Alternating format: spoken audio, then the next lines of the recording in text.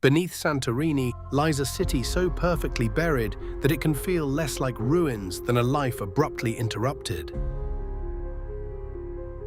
This is Akrotiri, a Bronze Age town on Santorini, buried for more than 3,000 years beneath volcanic ash.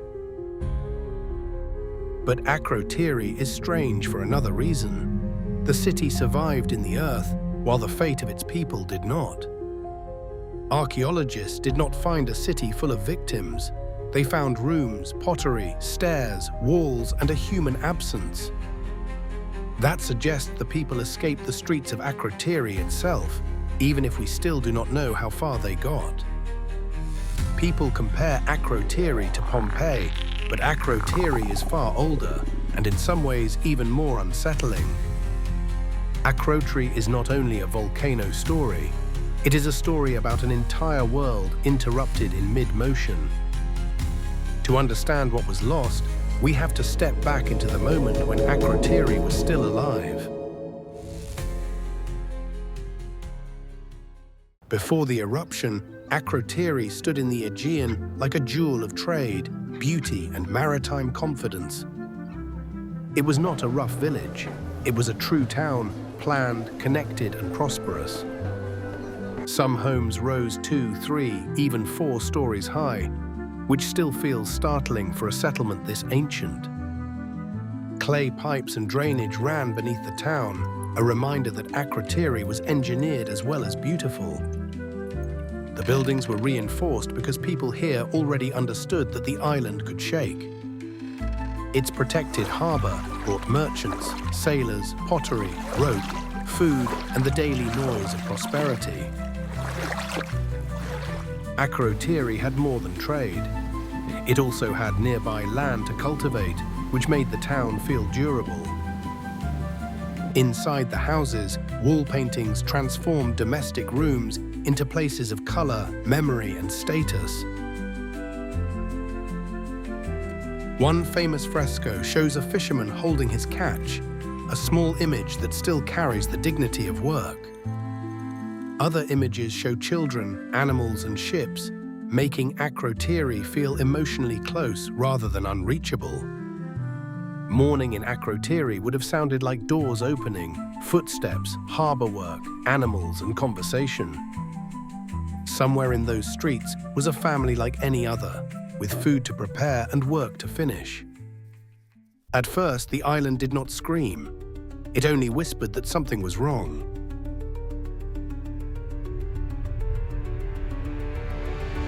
The local springs dried up, a quiet but serious warning in a town that depended on stable water. There was sulfur in the air, a bitter smell that made the town feel unfamiliar. Occasional tremors rattled walls and dishes, dangerous enough to notice, but not yet enough to drive everyone away. That may have been the trap. People who live with danger often learn how to normalize it. In the market, people would have talked about the smell, the dry springs, and whether this time was different. Even animals may have sensed the shift first, moving with a nervousness people could not quite explain. Some families may already have started setting valuables aside, not from certainty, but from fear becoming reasonable. The signs were real, but they still were not enough to make an entire town abandon itself. Then came the final quiet, before the island stopped whispering and finally began to roar. It began with a sound like continuous thunder, too immense and too close for anyone to mistake.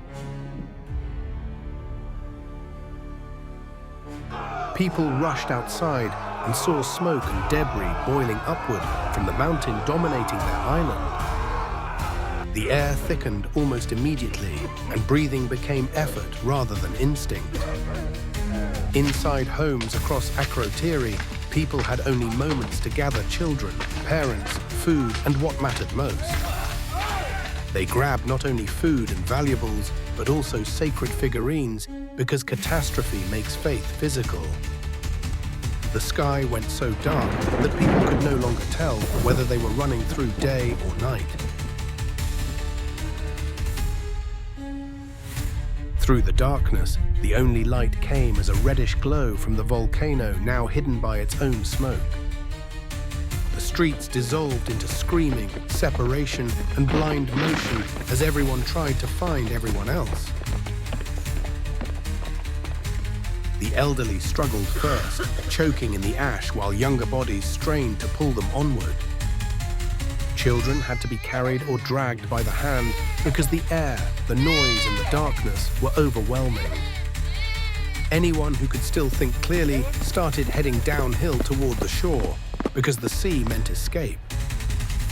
Behind them, the city itself was being erased, house by house, room by room, under volcanic ash. There was almost certainly no heroic pause to stare. Survival left no space for spectacle. Whatever happened to the people after that, one fact was already final. The city of Akrotiri was lost. Somehow many people seem to have reached the harbor, which may be the most remarkable part of the story. The reason we think that is simple. No skeletons were found in the town when it was excavated. That means the people escaped the streets of Akrotiri. It does not mean they escaped the island. If boats were still there, they suddenly became the difference between survival, delay, and death. At that stage, there would have been no clean order, only fear, chance, and whatever strength remained. Even if people launched, the sea itself was no longer a calm route out of danger. Some may have been struck by falling pumice before they ever reached open water beyond the harbor. Others may have launched only to find the water churning under ash, darkness, and violent instability. A tidal wave may have followed, turning the most obvious path of escape into another instrument of death. And yet it is also possible that some survived, rode hard, and eventually reached Crete with ash still on them. We cannot know which ending was theirs because the record of Akrotiri breaks apart at the harbor. Behind them remained a city sealed under ash, preserving daily life even as human destiny vanished from view. In one of history's cruelest ironies, the disaster that destroyed Akrotiri is what also preserved it.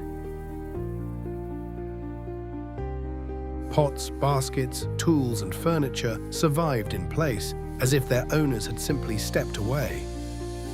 Akrotiri can feel less like a dead city than a city still waiting for its people to return. Modern excavation began in 1967, when the buried city slowly started returning to light after thousands of years.